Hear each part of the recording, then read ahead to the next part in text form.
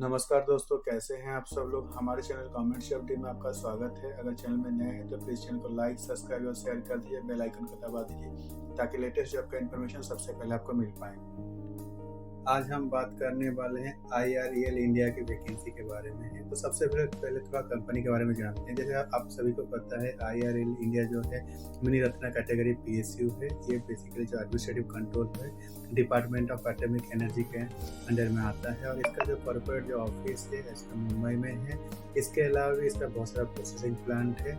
एक है केरला, दूसरा तमिलनाडु और तीसरा उड़ीसा में भी है। इसके अलावा भी इसका कुछ अपकमिंग प्रोजेक्ट आ रहे हैं, जैसे मध्य प्रदेश भोपाल में है जिसका नाम है rare earth and titanium thermal park है। इसके अलावा भी इसका विशाखापट्टनम आंध्र प्रदेश में एक जिसका नाम है rare earth permanent magnet plant REPM Visakhapatnam Andhra प्रदेश।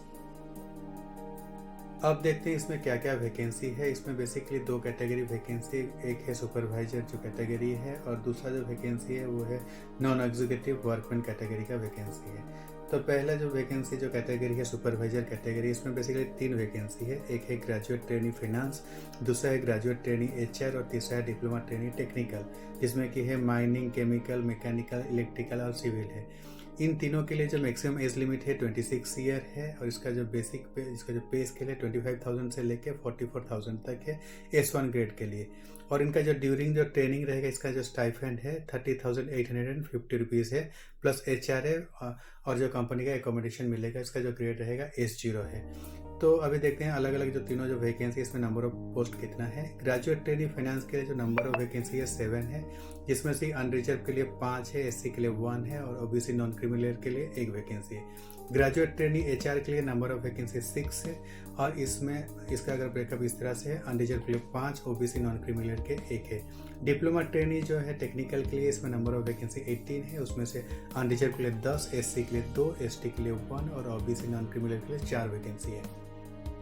सुपरवाइजर कैटेगरी के लिए चौथा वैकेंसी है जूनियर सुपरवाइजर राजभाषा। इसमें नंबर ऑफ वैकेंसी 1 है। इसका एज लिमिट मैक्सिमम 30 ईयर्स है। पे इसके लिए 25,000 से लेकर 44,000 है S1 ग्रेड के लिए। पांचवा वैकेंसी है पर्सनल सेक्रेटरी है। इसमें नंबर ऑफ वैकेंसी 2 है। इसमें मैक्सिमम एज लिमिट 30 ईयर्स है। उसका पे स्केल 25,000 से लेकर 44,000 तक है। नॉन एग्जीक्यूटिव वर्कमैन कैटेगरी में जो वैकेंसी है उसका नाम है ट्रेड्समैन ट्रेनी ITI है। इसके अलग अलग डिसिप्लिन है। फिटर, इलेक्ट्रीशियन, अटेंडेंट, ऑपरेटर का केमिकल प्लांट के लिए है। इसमें नंबर ऑफ वैकेंसी 20 है। इसका अगर ब्रेकअप देखते हैं तो SC के लिए 3, ST के लिए 4, OBC कैंडिडेट के लिए 2 वैकेंसी है, EWS के लिए 1 है, अनरिजर्व के लिए 10 वैकेंसी है। इनका जो स्टाइफेंड मिलेगा the time of training 20,000 first year मिलेगा, और जो इसका सेकेंड ईयर है 21,000 को मिलेगा। इनका जो कैडर रहेगा W3 ग्रेड के लिए है। इनका पे स्केल रहेगा 22,000 से लेकर 88,000 तक, और इसका जो मैक्सिमम एज लिमिट है 35 ईयर्स तक। अब देखते हैं अलग अलग वैकेंसी के लिए क्या क्या क्वालिफिकेशन चाहिए। ग्रेजुएट ट्रेनिस फाइनेंस के लिए क्वालिफिकेशन CA और CA में विथ 50% मार्क्स SC कैंडिडेट के लिए और 60 मार्क्स जनरल कैंडिडेट के लिए चाहिए। दूसरा वैकेंसी ग्रेजुएट ट्रेनिस HR के लिए, इसके लिए क्वालिफिकेशन चाहिए ग्रेजुएट विथ 60% मार्क एग्रीगेट होना चाहिए कोई भी रिकॉग्नाइज्ड यूनिवर्सिटी से। डिप्लोमा ट्रेनिंग टेक्निकल के लिए 3 साल diploma in mining, chemical, mechanical, electrical या सिविल इंजीनियरिंग होना चाहिए। मिनिमम 60% मार्क्स चाहिए। SC और ST जो कैटेगरी के लिए जो परसेंटेज ऑफ मार्क्स चाहिए 50% मार्क्स चाहिए। जूनियर सुपरवाइजर राजभाषा के लिए qualification master degree recognised university से होना चाहिए इन हिंदी और इंग्लिश एज ए कंपलसरी और इलेक्टिव सब्जेक्ट, और इसके लिए एक्सपीरियंस चाहिए, 1 साल का एक्सपीरियंस मिनिमम होना चाहिए। पर्सनल सेक्रेटरी के लिए क्वालिफिकेशन रिकॉग्नाइज्ड यूनिवर्सिटी से ग्रेजुएट होना चाहिए with English as a compulsory subject होना चाहिए, और इसमें जो टाइपिंग स्पीड चाहिए 40 वर्ड पर minute English and stenography skill. Knowledge of computer is essential, और इसका जो MS ऑफिस में नॉलेज होना चाहिए। इसके साथ में 1 साल का एक्सपीरियंस। इन सारे वैकेंसी के लिए एज रिलैक्सेशन है as per the government norms. SC ST candidate के लिए रिलैक्सेशन 5 साल का है। OBC नॉन क्रिमिनल कैंडिडेट के लिए 3 साल है। PWBD जनरल कैंडिडेट के लिए 10 साल। PWBD विथ OBC होने से 13 ईयर्स का है। PWBD SC ST होने से 15 ईयर्स का रिलैक्सेशन है। Domicile of Jammu and Kashmir के लिए 5 साल का रिलैक्सेशन है। अब देखते हैं इसका सिलेक्शन प्रोसीजर क्या है। इसमें 2 लेवल का सिलेक्शन है, लेवल 1 और लेवल 2 है। पहला लेवल है रिटन टेस्ट है, सेकेंड है स्किल टेस्ट, ट्रेड टेस्ट या कंप्यूटर प्रोफेशनल टेस्ट होगा, या एंड साइकोमेट्रिक टेस्ट। और इसका जो मोड ऑफ एग्ज़ाम होगा बेसिकली हिंदी और इंग्लिश में होगा। लेवल 1 का जो एग्जामिनेशन है बेसिकली सीबीटी या कंप्यूटर बेस्ड टेस्ट है। तो इसमें graduate trainee finance, graduate trainee HR और जूनियर सुपरवाइजर राजभाषा और पर्सनल सेक्रेटरी के लिए जो पेपर्स होंगे 2 पेपर रहेगा। पहला पेपर है 50 मार्क्स का सब्जेक्ट नॉलेज का रहेगा। पेपर 2 रहेगा general knowledge, numeric ability, reasoning ability और जनरल इंग्लिश। दूसरा जो कैटेगरी है डिप्लोमा ट्रेनिंग टेक्निकल के लिए इनका 2 पेपर रहेगा। पहला पेपर 100 मार्क्स, दूसरा पेपर 50 मार्क्स। पहला पेपर में 100 मार्क्स पे रहेंगे सेक्शन 1 एंड सेक्शन 2। सेक्शन 1 में जो रहेगा इसमें इसका subject knowledge consisting of basically जो इनका जनरल इंजीनियरिंग रहेगा। सब सेक्शन जो 2 रहेगा इसका जो रेस्पेक्टिव डिसिप्लिन में इनका पेपर रहेगा। दूसरा जो पेपर 50 मार्क्स का रहेगा उसमें जनरल नॉलेज रहेगा, न्यूमेरिक एबिलिटीज़, रीजनिंग एबिलिटीज़ और जनरल इंग्लिश। अब देखते हैं इसमें जो एग्जामिनेशन सेंटर है कहाँ कहाँ है। ट्रेड्समैन ट्रेनिंग आईटीआई के लिए जो वैकेंसी है उसका जो रिटन एग्जामिनेशन हुआ भुवनेश्वर में है।